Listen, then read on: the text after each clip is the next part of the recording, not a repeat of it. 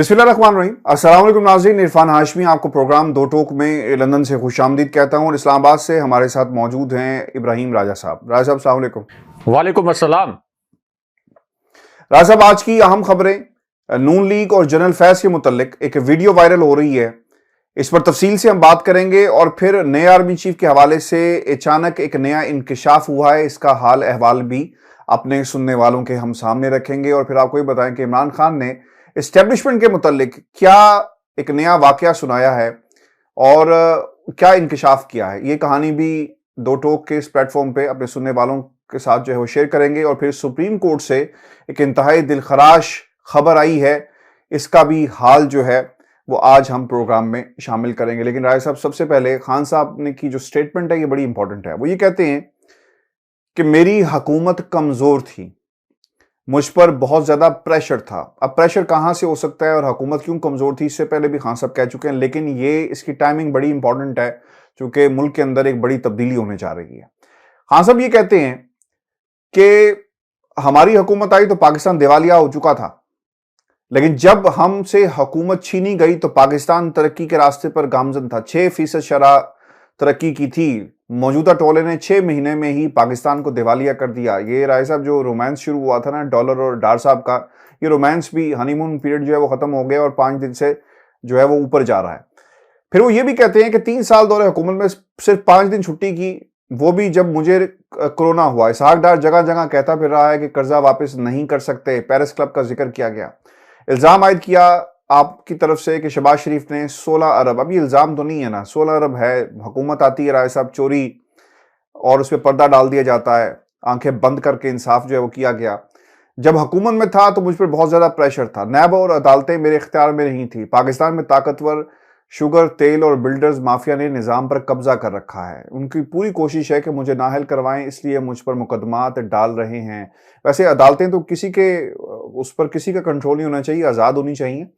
और फिर खान साहब ये भी कहते हैं कि मेरी हुकूमत कमज़ोर थी और वैसी हुकूमत अब कबूल नहीं करूंगा, ये अवाम के अंदर नहीं जा सकते, इलेक्शन से भाग रहे हैं, मैंने सारी ज़िंदगी मेरिट पर काम किया। अच्छा, फिर एक और भी मुलाकात हुई है सहाफ़ियों से। इसमें खान साहब ने ये कहा कि ख़वातीन सहाफ़ी जलसे से कवर करने जाती हैं तो पीटीआई वर्कर्स तंग करते हैं। इस पर इमरान खान का कहना था कि वर्कर्स को इस सिलसिले में ज़रूर हदायत दूंगा, कोड्स जो हैं उसको फॉलो किया जाना चाहिए। और फिर उन्होंने एक खातून सहाफ़ी का भी जिक्र किया, उसके ऊपर भी खान साहब का एक जो है स्टेटमेंट आया। और फिर ये भी कहा कि आप सहाफ़ियों को लिफाफा सहाफ़ी क्यों कहते हैं, तो इमरान खान ने जवाब दिया कि सिर्फ एक सहाफ़ी को मैं लिफाफा सहाफ़ी कहता हूँ। फिर और भी बातें हुई हैं।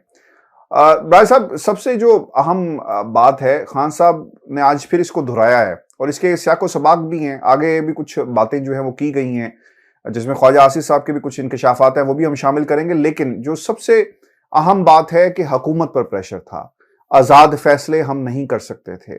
ये हुकूमत जो खान साहब की थी, इसमें कुछ ऐसे लोग शामिल थे जो ब्लैकमेलिंग करते थे और आज वही ब्लैकमेलर्स दोबारा एक्टिव हुए सिंध के अंदर और सिंध के गवर्नर को निकालने की कोशिशें कर रहे हैं और उन्होंने अंदिया दे दिया कि जनाब अगर आपने हमारी बातें ना मानी तो हम हुकूमत से अलग हो जाएंगे। और सर, ये टोला जो है इस तरह का हर हुकूमत के साथ जुड़ता है और ये पहला मौका नहीं है, पहले भी ऐसा होता रहा। तो खान साहब की जब हुकूमत आएगी, आपको लगता है कि वो कामयाब हो पाएंगे ये इन माफिया से जान छूटने, जहां उनकी जान छूट जाए, पाकिस्तान की जान छूट जाए और फिर वो ताकतें जो कंट्रोल करती हैं, फैसले करवाती हैं, वो ताकतें पाकिस्तान की सियासत से हमेशा के लिए दूर हो जाएंगी? राय साहब, आपको लगता है ऐसा होगा?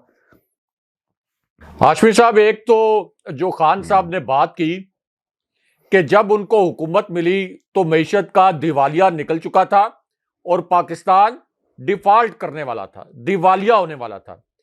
अच्छा, अब इसकी जो गवाही है ये तो खुद फौजी क़यादत ने दी। मैं इस बात का ऐनी शाहिद हूं, मेरे साथ और भी बहुत से सहाफ़ी हैं जो इस बात के ऐनी शाहिद हैं, क्योंकि डीजी आईएसपीआर की एक ब्रीफिंग थी और जब यह ब्रीफिंग हो रही थी तो जाहिर है कि उनका मकसद तो यह था कि हम सिक्योरिटी के अमूर हैं, उनके ऊपर ब्रीफिंग दें। लेकिन जब सहाफ़ी बैठे हों तो वो फिर सियासी मामलात के ऊपर भी सवालात कर लेते हैं और उसकी एक वजह यह भी है कि हमारी जो एस्टैब्लिशमेंट है, हमारी जो फौज है, उसका पिछले 75 साल से सियासत पर बड़ा असर रसूख है। तो डीजी आईएसपीआर से जब यह सवाल किया गया मईशत के मुतल्लिक, जब general Asif Ghafoor DG ISPR थे और मुस्लिम लीग नून का आखिरी दौर चल रहा था, अभी तो जनरल आसिफ गफूर जो हैं वो लेफ्टिनेंट जनरल बन गए हैं, कोयटा की कोर कमांड कर रहे हैं। तो जब उनसे पूछा गया मईशत के मुतल्लिक, क्योंकि मईशत बहुत तेजी से गिर रही थी, तो उन्होंने कहा कि मईशत आपकी नेशनल पावर का, आपकी जो कौमी ताकत है उसका एक बहुत अहम हिस्सा होती है। इसलिए कोई भी फौज अपनी मईशत की हालत को इग्नोर नहीं कर सकती, उसको नजरअंदाज नहीं कर सकती, क्योंकि मईशत से ही आपका दिफा जुड़ा हुआ होता है। तो उन्होंने कहा कि हमारी जो मईशत है यह हमारी नेशनल पावर का एक सबसे अहम जुज्व है।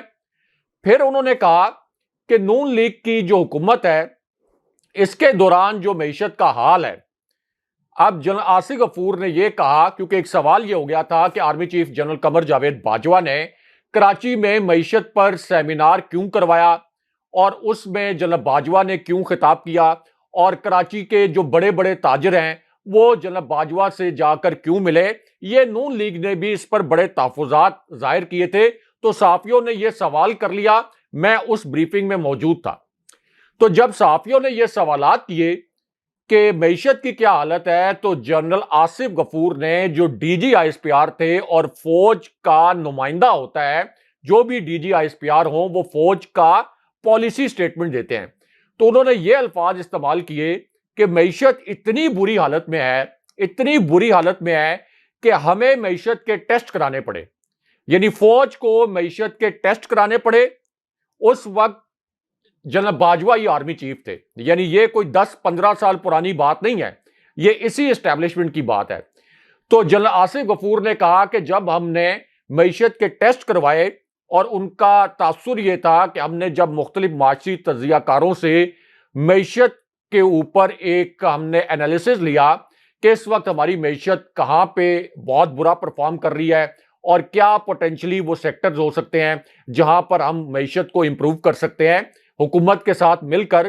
तो जनरल आसिफ गफूर ने कहा कि हमें पता चला कि हमारी मईशत को कैंसर है, लेकिन मुस्लिम लीग नून की हुकूमत इसको पैनाडोल की गोलियां खिला रही है।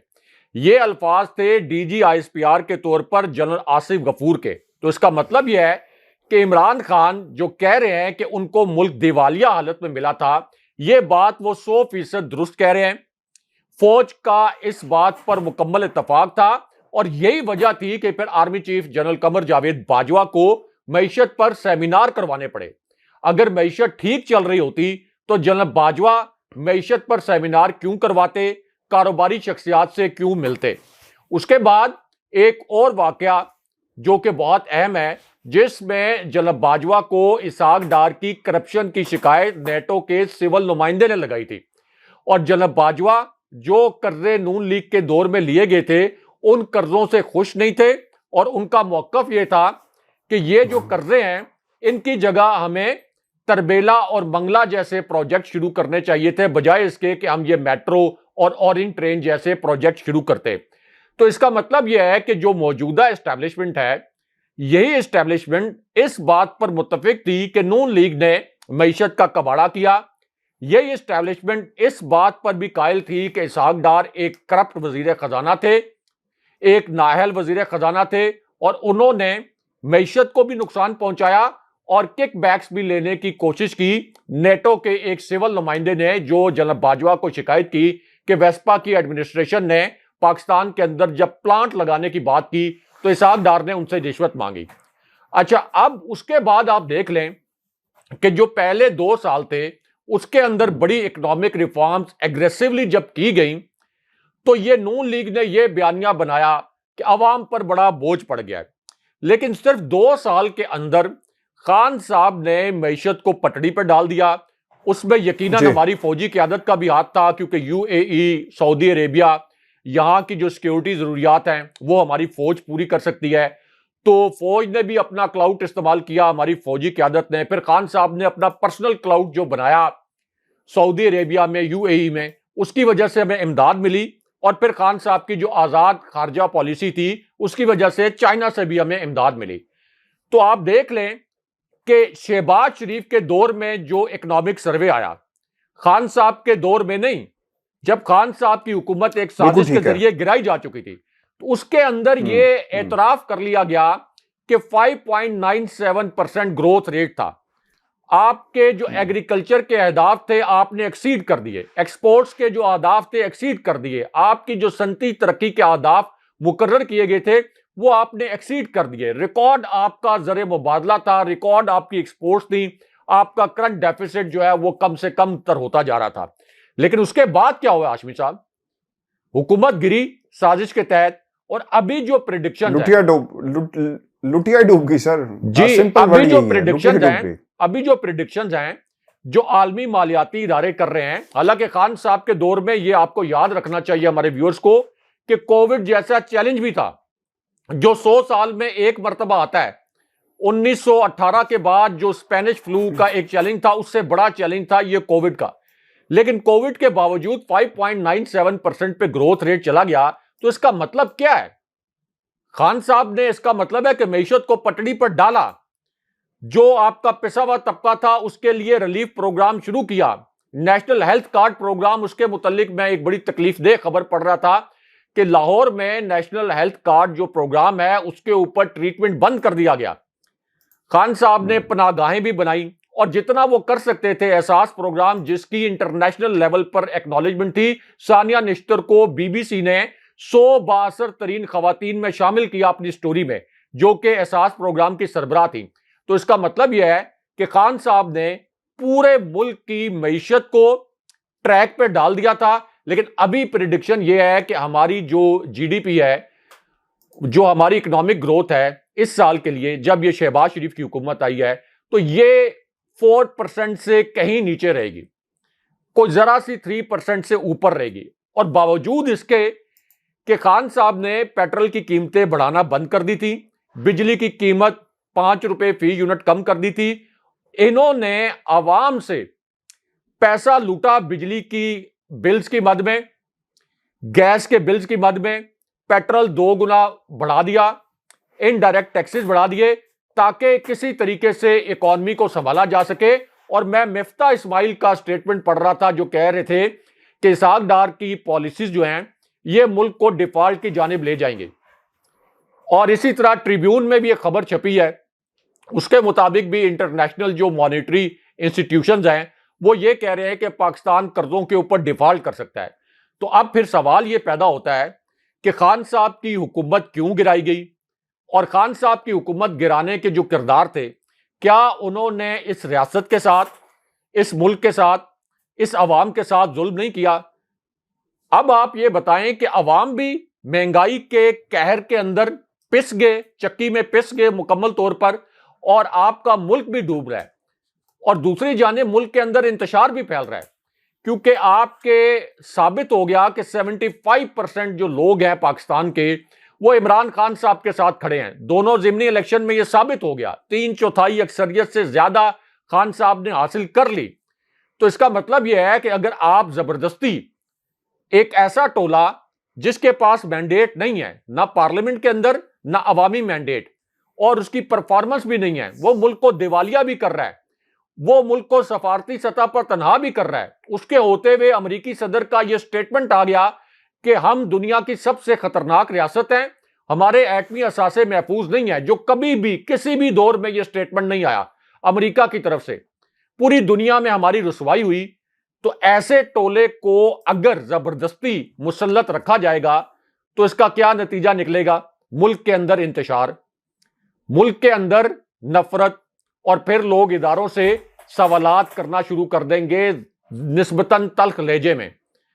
तो ये जो खान साहब कहते हैं कि शरीफ खानदान का तो स्टेक नहीं है पाकिस्तान में, ये तो चले जाएंगे लंदन, आसिफ अली जरदारी चले जाएंगे दुबई या अमेरिका। तो खान साहब कहते हैं कि इदारों का स्टेक इस मुल्क के अंदर है, हमारे पाक फौज के जवानों का स्टेक इस मुल्क के अंदर है, ये 22 करोड़ लोगों ने तो यहीं पर रहना है, इनकी तो इतनी बड़ी बड़ी शाही जायदादें हैं ये, और इनकी नस्लों के लिए अगली 100 साल की 200 साल की नस्लों के लिए इनके कमाए हुए असासे जो हैं वो बहुत हैं। तो फिर नुकसान किसका हो रहा है? एस्टैब्लिशमेंट का नुकसान हो रहा है, पाकिस्तानियों का नुकसान हो रहा है, आम आवाम का नुकसान हो रहा है।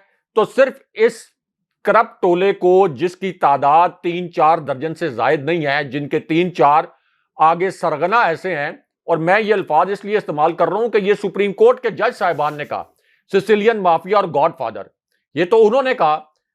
तो सिर्फ उनको प्रोटेक्ट करने के लिए इस मुल्क की सलामती को दांव पर नहीं लगाना चाहिए, और इसलिए एस्टैब्लिशमेंट से खान साहब बार बार कह रहे हैं कि आप अगले इलेक्शन के लिए राह हमवार करें, क्योंकि सिर्फ आप ही ये कर सकते हैं। बाकी तो तमाम इदारे जो हैं वो देखें किस तरह से सबमिसिव होते हैं शरीफ खानदान के सामने। मैं आपको एक बात बताऊं, अब चूंकि ये बिल्कुल आपने जो पिक्चर खींची है सब पाकिस्तान की यही पिक्चर है, बिल्कुल इसी तरह। अब राय साहब इस पूरे इस पिक्चर में कुछ स्टेटमेंट्स जारी किए जा रहे हैं और आर्मी चीफ की तकर्री, खान साहब आइंदा का इलेक्शन, मुज़ाकरात और फिर पीडीएम क्या सोचे, 4 बातें। ख्वाजा आसिफ साहब ये कहते हैं, और ये बड़ी इंटरेस्टिंग है, और आज इन्होंने अपने उस बयान से ये भी इंकशाफ कर दिया कि जनरल बाजवा की मुलाकात हुई इमरान खान से। ये नून लीग वाले खुद अब बता रहे हैं। वो क्या कह रहे हैं कि यहां कोई गैर सियासी मुलाकातें नहीं होती। ये बहुत बड़ी आज बात की है नून लीग ने, और पाकिस्तान के इदारों को सियासत के साथ खड़ा कर दिया। जो फौज कहती थी कि हमें सियासत से दूर है, हमारा कोई ताल्लुक नहीं है, बयानात आ रहे थे, आज हमारे वजीर दिफा ने फिर जो है नून लीग का दिफा किया, और इस स्टेटमेंट का दिफा नहीं कर सके जो फौज कहती थी कि हमारा सियासत से कोई ताल्लुक नहीं। कहा कि सिर्फ सियासी मुलाकातें होती हैं, यहां कोई भी इदारा खालिस प्रोफेशनल नहीं है। राज साहब ये छोटी बात नहीं है, वो ये कहते हैं कि सब पर सियासत असरअंदाज हो रही है, हमारी सियासत हर इदारे पर असरअंदाज हो रही, चाहे अदलिया है चाहे पाकिस्तान के ताकतवर हल्के। फिर उन्होंने ये भी कहा कि सियासतदान की डोमेन नहीं रह गई सियासत। इमरान खान अगर ब्लैकमेल करना चाहते हैं तो हम नहीं होंगे। इमरान खान कौन होता है कि नवाज शरीफ का रास्ता रोके? नवाज शरीफ वतन वापस आएंगे, कब आना है फैसला पार्टी करेगी। वतन वापसी के लिए नवाज शरीफ को इमरान खान की जरूरत नहीं है, लेकिन ऐसा पाकिस्तान की आवाम की शायद जरूरत होगी। फिर वो ये भी कहते हैं कि आइन हमें ये इख्तियार देता है कि हम कबल अज़ वक्त इंतखाबात कराएं, लेकिन कोई ऐसा फैसला नहीं हुआ। फिलहाल कबल अज़ वक्त इंतखाबात का कोई इम्कान नहीं है और मुज़ाकरात नहीं हो रहे, ये ख्वाजा आसिफ ने कहा। और साथियों को तसल्ली देने के लिए खान साहब ये बात करते हैं कि मेरी बात चल रही है, हालांकि पसे पर्दा ऐसी कोई बात नहीं है। 1-2 मुलाकातों का जिक्र किया गया, वो पुरानी शनासाई की वजह से हुई, जो खान साहब कहते थे ना कि हम एक पेज पे, तो उस बुनियाद के ऊपर ये मुलाकातें हुई हैं। फिर वो ये भी कहते हैं कि आर्मी चीफ की तैनाती का अमल अगले 5 से 7 रोज में राजा साहब शुरू हो जाएगा आपके शहर इक्तदार के अंदर, और नए आर्मी चीफ की तैनाती कतन मुतनाज़े नहीं होगी। इमरान खान इस तैनाती को मुतनाज़े बनाने की कोशिश कर रहे हैं। राय साहब, पहला सवाल, इदारों को आज आपके वज़ीर दिफा ने दोबारा सियासत के साथ आकर खड़ा कर दिया है, क्यों किया उन्होंने ऐसा?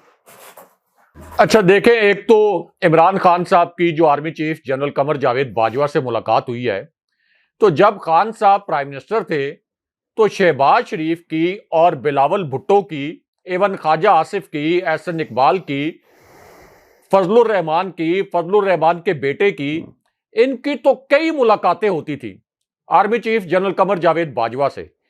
एक मर्तबा नहीं, कई मर्तबा मुलाकातें हुई। कुछ मुलाकातें ऑन रिकॉर्ड थी, कुछ मुलाकातें ऑफ रिकॉर्ड थी, ऑफ द रिकॉर्ड थी। और खुद अब राना सनाउल्लाह का एक क्लिप वायरल हो रहा है जिसमें वो ये कह रहे हैं कि जब हम जेलों में थे तो उस वक्त भी हम एस्टेब्लिशमेंट से राब्ते में थे, जब हम जेलों से बाहर आ गए तो उस वक्त भी हम एस्टेब्लिशमेंट से राब्ते में थे। ये आज के दिन में राना सनाउल्लाह का ये क्लिप वायरल हो रहा है। तो अगर army chief general Qamar Javed Bajwa की पाकिस्तान के सबसे पॉपुलर लीडर से, जिसकी पॉपुलैरिटी साबित हो चुकी है, उसके साथ मुलाकात हुई है, तो इसमें क्या बुरी बात है?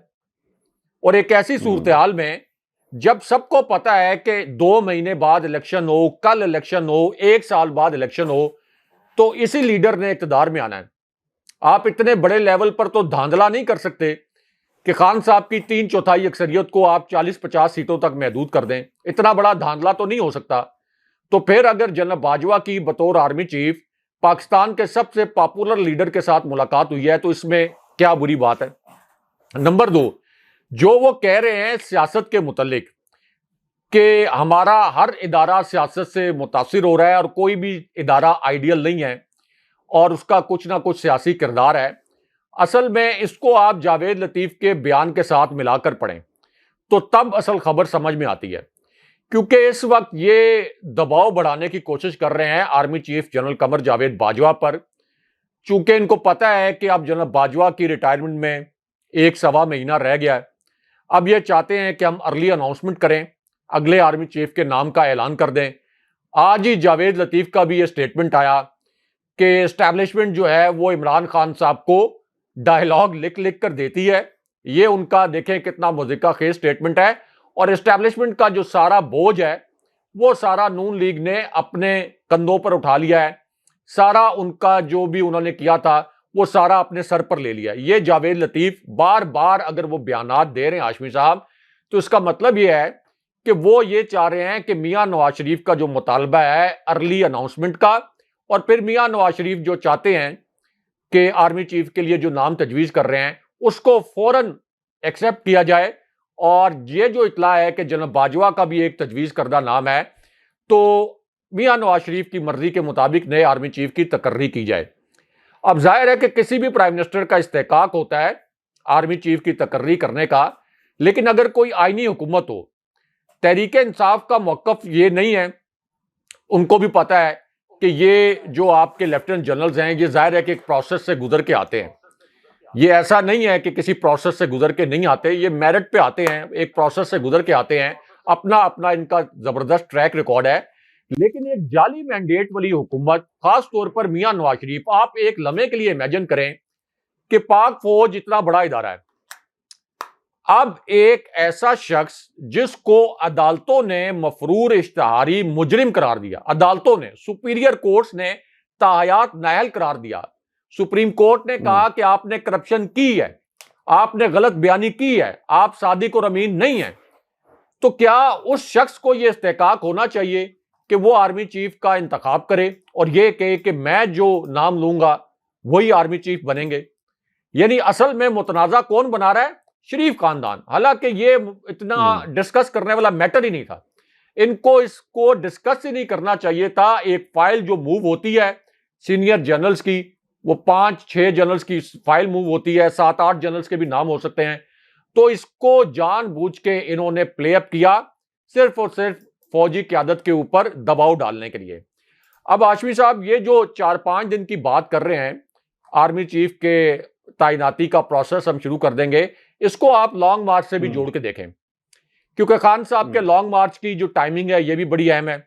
एक तरफ खान साहब का लॉन्ग मार्च हो रहा होगा, इस्लामाबाद में धरना होगा, खान साहब के साथ लाखों लोगों का समंदर होगा।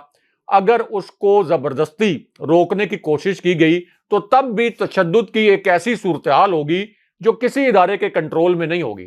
दूसरी जानिब एक नए आर्मी चीफ की तकर्री होनी है। तो हाशमी साहब ये बड़ा कॉम्प्लिकेटेड, बहुत पेचीदा मामला है, इसलिए खान साहब भी अब बार बार एस्टेब्लिशमेंट को ये कह रहे हैं कि आपके पास अभी भी वक्त है, मैं लॉन्ग मार्च फिर कर दूंगा, हालात इस हुकूमत के या किसी इदारे के कंट्रोल में नहीं रहेंगे, इसलिए आप आगे बढ़ें, इस मुल्क को इंतशार से बचाएं। और फिर इसमें army chief general Qamar Javed Bajwa के लिए भी ये बात बहुत अहम है कि अगर अभी इलेक्शन की, अगले इलेक्शन के लिए राह हमवार की जाए तो इसमें फिर एक आप ये कह लें कि पॉजिटिव वाइब्स भी आएंगी कि चलें ये जो इतना बड़ा मैस क्रिएट हुआ था, जनरल बाजवा जाते जाते इस मैस को क्लियर कर गए या उसको क्लियर करने की उन्होंने कोशिश की।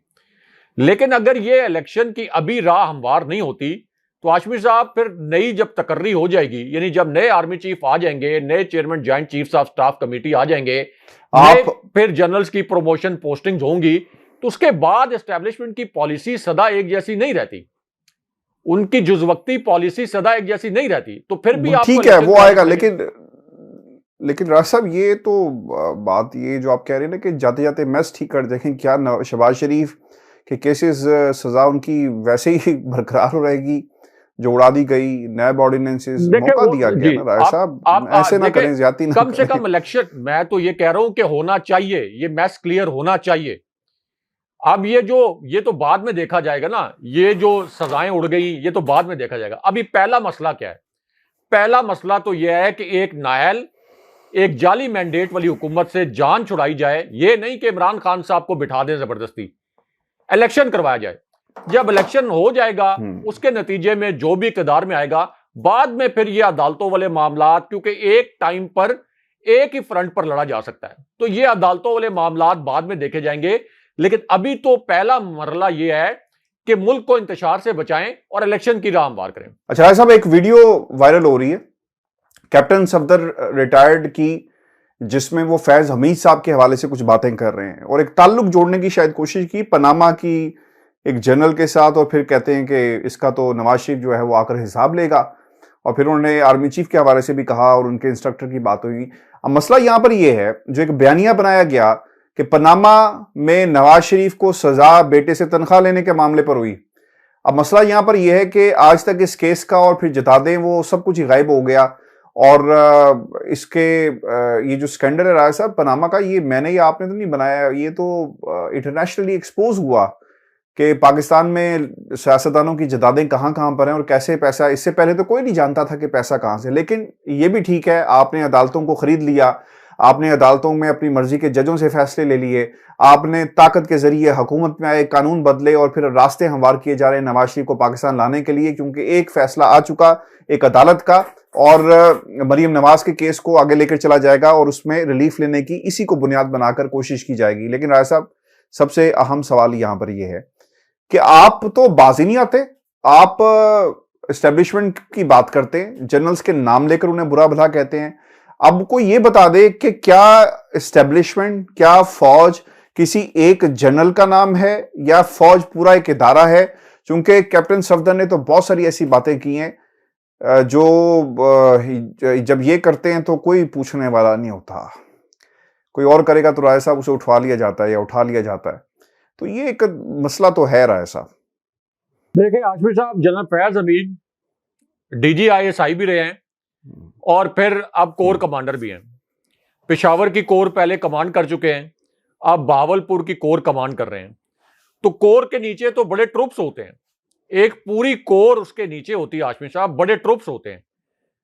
तो इतने ज्यादा ट्रुप्स के जो इंचार्ज हैं, जो उनके कमांडर हैं, उनके लिए अगर आप ये तौहीन आमेज अल्फाज बार बार इस्तेमाल करेंगे, कैमरों के सामने इस्तेमाल करेंगे, तो इसके ऊपर तो फौज को एक्शन लेना चाहिए या फौज को रद्द अमल देना चाहिए। फौज का रद्द अमल इसके ऊपर आना चाहिए, क्योंकि कैप्टन सफदर ने जिस तरह से जनरल फैज हमीद के मुतल्लिक बात की है, और फिर वो इतने सीनियर जनरल हैं कि अगर नून लीग की हुकूमत इस मामले को सियासी रंग ना देती तो वो तो अगले आर्मी चीफ के लिए सीनियरिटी लिस्ट में भी मौजूद हैं, यानी 5वें नंबर पर वो सीनियरिटी लिस्ट में भी मौजूद हैं। लेकिन कैप्टन सफदर के इस बयान पर अभी तक फौज का कोई रिएक्शन, कोई रद्द अमल किसी खबर की सूरत में, किसी प्रेस रिलीज की सूरत में या किसी ट्वीट की सूरत में हमारी नजर से नहीं गुजरा। और असल में ये बार बार फौज को, DGISPR को इम्तिहान में डालते हैं। ये मरियम नवाज, कैप्टन सफदर, जावेद लतीफ बार बार फौजी क़यादत के ऊपर हमले करते हैं। यहां तक कि जावेद लतीफ तो army chief general Qamar Javed Bajwa को भी बार बार निशाना बनाते हैं और ये कहते हैं कि हम राज खोल देंगे सारे अगर मियां नवाज शरीफ के मुतालबात ना मानेंगे। लेकिन अब जो लोग हैं वो ये कहते हैं कि इनके इन इल्जामात के ऊपर भी ISPR रिएक्ट करे, और इनके जो इल्जामात हैं, जिस तरह से अब आजम सवाती का जो ट्वीट था उसके ऊपर एक एक्शन हुआ, हालांकि वो एक्शन कानून के मुताबिक आगे बढ़ना चाहिए था, लेकिन कोई भी ये नहीं कह रहा कि कैप्टन सफदर के खिलाफ भी उसी तरह का एक गैर कानूनी एक्शन हो जाता, लेकिन कोई कानूनी एक्शन तो हो ना। क्योंकि कैप्टन, उन्होंने एक ट्वीट किया था कैप्टन सफदर ने, तो कैमरों के सामने जनरल फैज हमीद के मुतल्लिक भी बात की, और इससे पहले यही कैप्टन सफदर हैं, यही मरियम नवाज हैं, ये army chief general Qamar Javed Bajwa और पूरी फौज के खिलाफ कितने संगीन नौयत के इल्जामात आयद करते रहे हैं नाम ले लेकर, लेकिन इनके खिलाफ कोई एक्शन नहीं हुआ। तो ये तो फिर ऐसे लगता है कि किसी और के लिए कानून कुछ और है या किसी और के लिए जो मेयार है वो मुख्तलिफ है, और कैप्टन सफदर के लिए, मरियम नवाज के लिए और शरीफ खानदान के लिए मेयार जो है ये बिल्कुल और है। अच्छा साहब, एक खबर बहुत ही दिल दुखाने वाली खबर है ये, और हमने इंसाफ का कत्ल होते हुए देखा है पाकिस्तान में। अगर कोई पूछे कि इंसाफ क्या पाकिस्तान में होता है, तो ये एग्जाम्पल दिखा देनी चाहिए कि इंसाफ का यहाँ पे क्या हाल किया जाता है।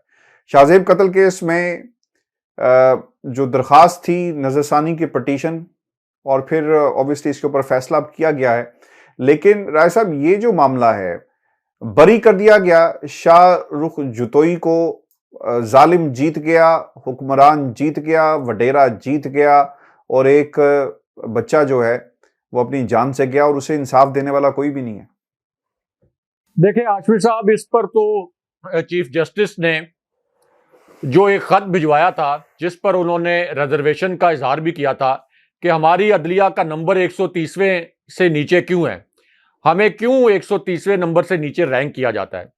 एक तो जिस किस्म के फैसले उन लोगों के मुतल्लिक आए हैं जिनके मुतल्लिक पहले अदालतों के जज साहिबान का ये तासुर होता था, यानी शरीफ खानदान और इसी तरह आसिफ अली जरदारी और पीपल्स पार्टी की क़यादत, जब जज साहिबान के रिमार्क्स आ रहे होते थे तो ऐसा लगता था कि उनका ख्याल है कि बड़े ठोस शवाहिद मौजूद हैं। लेकिन फिर उनको रिलीफ मिला, किस तरह से, जैसे ही वो हुकूमत में आए तो उनको रिलीफ मिलना शुरू हो गया। इसका मतलब यह है कि जब वो हुकूमत में आ गए तो अदालतों का कोई मूड बदल गया, जज साहिबान का कोई मूड बदल गया कि वही जज साहब जो पहले कहते थे कि ठोस शवाहिद मौजूद हैं, अब उनकी बरियत हो गई है, शरीफ खानदान को भी रिलीफ मिल रहा है और आसिफ अली जरदारी और पीपल्स पार्टी की क़यादत को भी रिलीफ मिल रहा है। अब ये जो हाशमी साहब शाहरुख जतोई वाला केस है, ये तो बड़ा दिलखराश केस है, और इसके अंदर आप देखें कि लतीफ़ खोसा जो पीपल्स पार्टी के रहनुमा भी हैं, जो वकील भी बने हुए थे शाहरुख जतोई के, तो आपके लोअर कोर्ट्स ने सुनाई उनको सजा और ये कहा कि जी उम्र कैद की सजा हमने सुनाई है, लोअर कोर्ट्स ने। फिर बीच में यह भी इंकशाफ हुआ कि शाहरुख जतोई जो है वो बहुत अरसा हॉस्पिटल में रहा, सिंध हुकूमत की नवाजिश की वजह से सिंध हुकूमत ने एक मिली भगत की और बहुत अरसे तक उसको हॉस्पिटल में 5 स्टार सहूलतें जो है वो फराम की गई। यानी असल में तो शाहरुख जतोई ने किसी किस्म की कोई कैद ही नहीं काटी, और अभी यह कहा गया कि इससे कोई दहशतगर्दी का तासुर नहीं मिलता और राजीनामा चूंकि हो गया है इसलिए यह केस खत्म कर दिया जाए और बरी कर दिया जाए। हाशमी साहब, इसमें सबसे अहम नुक्ता यह है कि ये जो बहुत बड़े बड़े अमीर लोग हैं, जागीरदार हैं, जिनके पास लूट खसूट का पैसा है, इसका मतलब यह है कि इनको तो शय मिलेगी कि आप कोई भी मर्डर करें, कोई बड़े से बड़ा क्राइम करें, मैस लेवल पर मर्डर करें, कत्लेआम करें, और उसके बाद जो दूसरी फैमिली है या जो विक्टिम है उसको धौंस धांधली के जरिए, दबाव के जरिए, लालच के जरिए या कंपनसेट करके उससे राजीनामा कर लें। तो इसी वजह से पूरी दुनिया में ऐसा होता है, और पाकिस्तान के अंदर भी ये एक निज़ाम शुरू किया गया था कि रियासत जो है वो इंसदाद दहशतगर्दी एक्ट के तहत रियासत उसके अंदर मुद्दई बन जाती है। रियासत कहती है कि अब ये राजीनामा 2 फरीकों के दरमियान नहीं हो सकता, क्योंकि अगर आपने रियासत के अंदर से दहशत खत्म करनी है तो उसका तरीकाकार ही है कि ये राजीनामा वाला सिलसिला आप खत्म करवाएं। इस तरह के कत्लेआम और इस तरह के जो सेंसिटिव केसेस हैं, तो उसमें रियासत फिर मुद्दई बनती है। रियासत कहती है कि अब ये 2 फरीकों का मामला नहीं है, क्योंकि इससे दहशत फैली। आप देखें कि सरेआम गोलियां मारी गई थी, शाहरुख जतोई ने शाहजेब को सरेआम गोलियां मारी थी। तो इसका मतलब अगर आप इस तरह से बरी करेंगे तो फिर तो हर विक्टिम फैमिली को मजबूर करके या कभी कोई कॉम्पनसेशन देके इसी तरह कातिल आजाद फिरेंगे, दंदनाएंगे, जब दिल करेगा किसी को कत्ल कर देंगे। उनको पता होगा कि हमारे पास बड़े बड़े तगड़े वकील भी हैं, अदालतें भी हमसे मरूब हैं और हमारे पास पैसा भी है, तो हम बच के निकल जाएंगे। तो ये एक बड़ा दिलखराश फैसला आया है, इस पर तो चीफ जस्टिस साहब को भी खुद देखना चाहिए। बहुत शुक्रिया। ऐसा व्यूअर्स, ये आज का शो था हमारा। अपने कमेंट्स भेजिएगा, चैनल को जरूर सब्सक्राइब करें। मुझे और इब्राहिम राजा को इजाजत दीजिए। अल्लाह ने